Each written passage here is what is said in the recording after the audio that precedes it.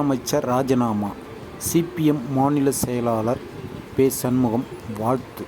என்ன கூறுகிறார் என்று பார்ப்போம். வாருங்கள் பார்ப்போம். நாடு முழுவதும் உண்மையிலேயே ஒரு மகிழ்ச்சிகரமான சூழல் என்பது நிலவிக் கொண்டிருக்கிறது.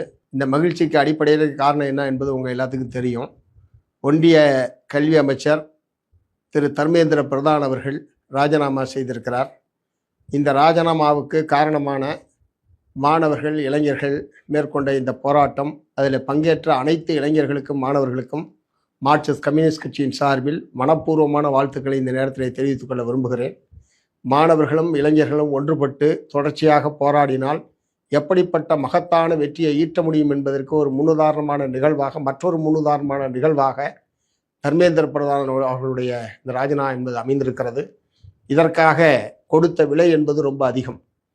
பல்லாயிரக்கணக்கான இளைஞர்கள் காவல்துறை மற்றும் துணை இராணுவ படையினுடைய கடுமையான தடியடி தாக்குதலுக்கும் கொலைவெறி தாக்குதலுக்கும் உள்ளாகி பல நூற்றுக்கணக்கான இளைஞர்களும் மாணவர்களும் மருத்துவமனையிலே சிகிச்சை பெற்று வருகிறார்கள். ஏராளமான இரத்தத்தை சிந்தி இருக்கிறார்கள். பல நூற்றுக்கணக்கான இளைஞர்கள் சிறையில் அடைக்கப்பட்டிருக்கிறார்கள். இவ்வளவு பெரிய தியாகத்துக்கு பிறகுதான் மத்திய அமைச்சர் ராஜினாமா என்கிற முடிவை இன்றைய தினம் எடுத்து அறிவித்திருக்கிறார். உண்மையில் சொல்லப்போனால் தார்மீக ரீதியாக நீட் குளறுபடிகள் நடந்த உடனேயே தார்மீக ரீதியாக அவர் ராஜினாமா செய்திருக்க வேண்டும். அப்படிப்பட்ட பெருந்தன்மை என்பதெல்லாம் பிஜேபி கட்சியை சார்ந்தவர்களும் எதிர்பார்க்க முடியாது. அதுதான் தர்மேந்திர பிரதான் விஷயத்திலும் நடந்திருக்கிறது. ஆகவே நாடு முழுவதும் இளைஞர்கள் மாணவர்களுடைய இந்த பேரெழுச்சி இத்தகைய கட்டாயத்தை மத்திய அரசாங்கத்திற்கும் தர்மேந்திர பிரதானுக்கும் ஏற்படுத்தி இருக்கிறது.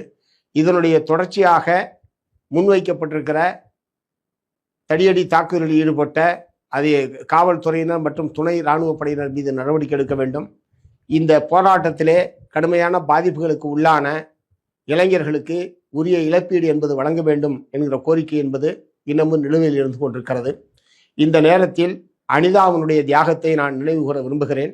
தமிழகத்தில் 2017ஆம் ஆண்டு அனிதா அரசு பள்ளியிலே படித்து 98% மதிப்பெண்களை பெற்று அதே நேரத்தில் நீட் தேர்வில் தோல்வியடைந்ததனுடைய விளைவாக தன்னையே மாய்த்து கொண்டார். அனிதாவினுடைய மரணம்தான் தமிழ்நாடு முழுவதும் நீட்டுக்கு எதிரான ஒரு மிகப்பெரிய கொந்தளிப்பை ஏற்படுத்தியதில் அனிதாவினுடைய மரணத்திற்கு முக்கியமான பங்கு உண்டு.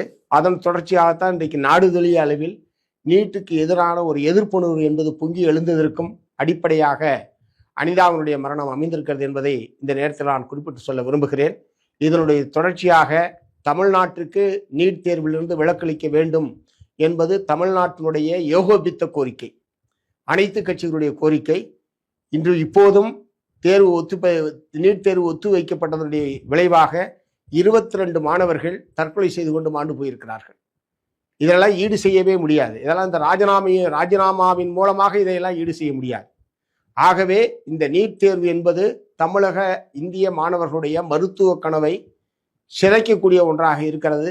ஆகவே நீட் தேர்வு முற்றிலும் ரத்து செய்யப்பட வேண்டும் என்று பல்வேறு மாநிலங்களின் கோரிக்கை என்பது எழுந்திருக்கிறது. தமிழ்நாட்டிலும் நீட் தேர்விலிருந்து தமிழக மாணவர்களுக்கு விலக்களிக்க வேண்டும். கல்வி என்பது மாநில அரசாங்கத்துடைய கட்டுப்பாட்டுக்கு கொண்டு வரப்பட வேண்டும்.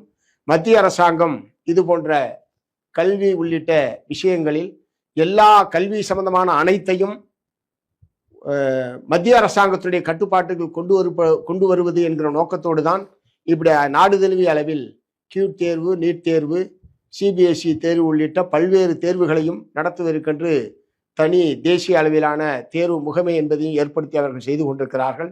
ஆனால் அந்த தேர்வு முகமையினால் ஒரு தேர்வை கூட உருப்படியாக நடத்த முடியவில்லை என்பதுதான் நம்முடைய அனுபவமாக இருக்கிறது. இவற்றையெல்லாம் கணக்கில் எடுத்துக்கொண்டு இதில் செய்ய வேண்டிய சீர்திருத்தங்கள் சம்பந்தமாக மத்திய அரசாங்கம் இந்த ராஜினாமா என்பது இந்த போராட்டத்தினுடைய மிக முக்கியமான கோரிக்கையாக இருந்தாலும் ஒட்டுமொத்தமாக கல்வி சம்பந்தமாக நாட்டு மக்கள் மத்தியில் எழுந்திருக்கக்கூடிய பல்வேறு கோரிக்கைகளையும் கணக்கில் எடுத்துக்கொண்டு மத்திய அரசாங்கம் உரிய முடிவை எடுக்க வேண்டும் என்று மார்க்சிஸ்ட் கம்யூனிஸ்ட் கட்சியின் சார்பில் இந்த நேரத்திலே வற்புறுத்தி கேட்டுக்கொள்ள விரும்புகிறேன்.